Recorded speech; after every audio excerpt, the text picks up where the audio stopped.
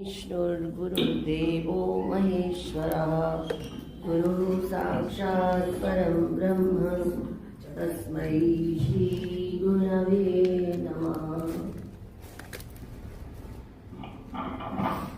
परम पूज्य परम श्रद्धेय अर्चनीय वंदनीय श्री सद्गुरुदेव जी महाराज, परम श्रद्धेय श्री श्री गिरी माँ जी, जिनकी कृपा से यह फुलवाड़ी फल फूल रही है और हमें इस फुलवाड़ी को खिलाने वाले जंगम तीर्थराज संत जन समय समय पर आकर हमारा मार्गदर्शन कर रहे हैं और इस त्रिवेणी में स्नान करने को मिल रहा है।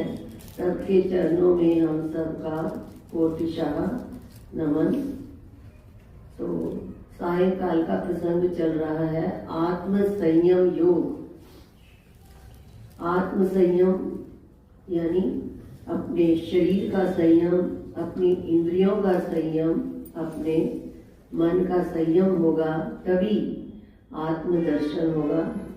तो इस अध्याय में भगवान ने क्रम से कभी शरीर के संयम पर, तो कभी इंद्रियों के संयम पर, तो कभी मन के संयम पर नाना प्रकार के उपाय बतलाए हैं। तो कल जो प्रसंग चल रहा था, ज्ञान विज्ञान तृप्तात्मा कूटस्थो विजितेन्द्रियः युक्त इत्युच्यते योगी समलोष्टाश्म कांचनः। बहुत ही सुंदर बता रहे थे हमारे आचार्यगण कि ज्ञान और विज्ञान से तृप्त हो गया है अंतःकरण जिसका, और जो उस परमात्म तत्व में स्थित है, जिसने अपनी इंद्रियों को जीत लिया है, जिसके लिए लोष्ट अश्म कांचनः सम, लोष्ट जो मिट्टी का ढेला और अश्म पत्थर, कांचना स्वर्ण समान हो गए हैं। यानी इतनी तुच्छ बुद्धि हो गई है उसकी, चाहे उसके सामने मिट्टी का ढेला हो, पत्थर हो, स्वर्ण हो, सब में वो तुच्छ बुद्धि रखता है। उसका मिथ्यात्व निश्चय दृढ़ हो गया है। तो ऐसा योगी युक्त कहा जाता है। ज्ञान तो हो ही जाता है। जैसे कोई कहे अग्नि गर्म है तो हम सोचते हैं हाँ ठीक है अग्नि गर्म है, और जब एक बच्चा नहीं मानता और जब उसको अग्नि के समीप लाया जाता है तो एकदम पीछे हट जाता है। ये होता है विज्ञान यानी अपना अनुभव। तो इस प्रकार ज्ञान यानी जो हमें शास्त्रोक्त पदार्थानां नाम ज्ञानम, जो हम गुरुमुख से सुना, शास्त्रों से सुना, ये तो है ज्ञान।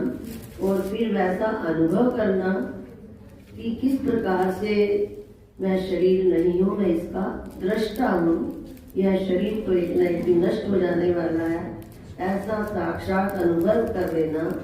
तो वे ये है विज्ञान। उससे तृप्त हो गया है अंतःकरण जिसका, और जिसने अपने इंद्रियों पर विजय प्राप्त कर ली है, और जिसके लिए मिट्टी पत्थर और स्वर्ण समान हो गए हैं, ऐसा योगी युक्त कहा जाता है। तो हम जब माता जी का जीवन देखते हैं, माता जी सुनाया करते थे कि एक पति पत्नी जंगल में लकड़ियां चुनने जाते थे, रांका बांका।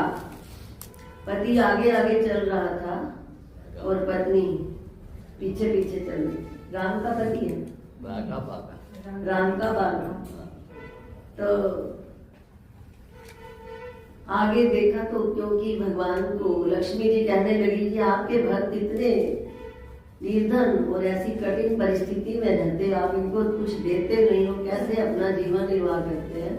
परंतु भगवान कहते हैं कि ये कुछ लेते ही नहीं, मैं क्या करूं। लक्ष्मी जी कहती है दो तो सही। तो भगवान कहते हैं तुम देकर देख लो। तो उसकी वो सोने की मोहरें उनके आगे आती हैं। तो पति सोचता है कि पीछे पीछे पत्नी आ रही है, ये कहीं स्वर्ण की मोहरें देखकर ललचा ना जाए।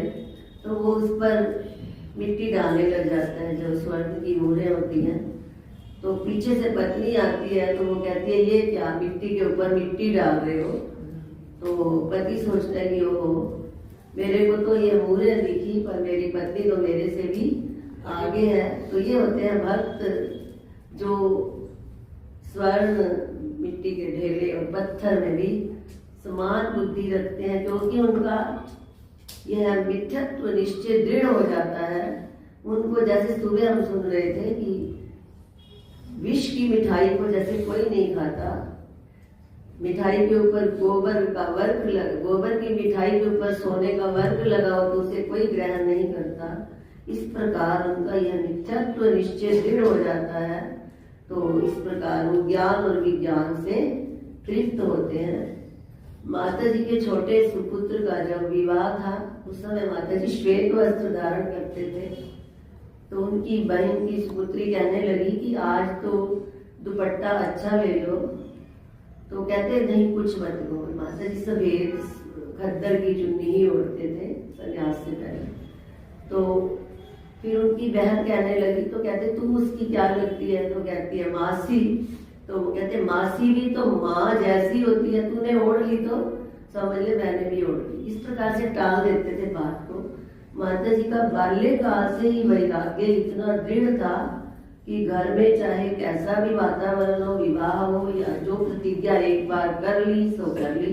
वे भाई जो गुरु वचन में कट गए फंद 84 के, पहुंचे घर अविनाशी के।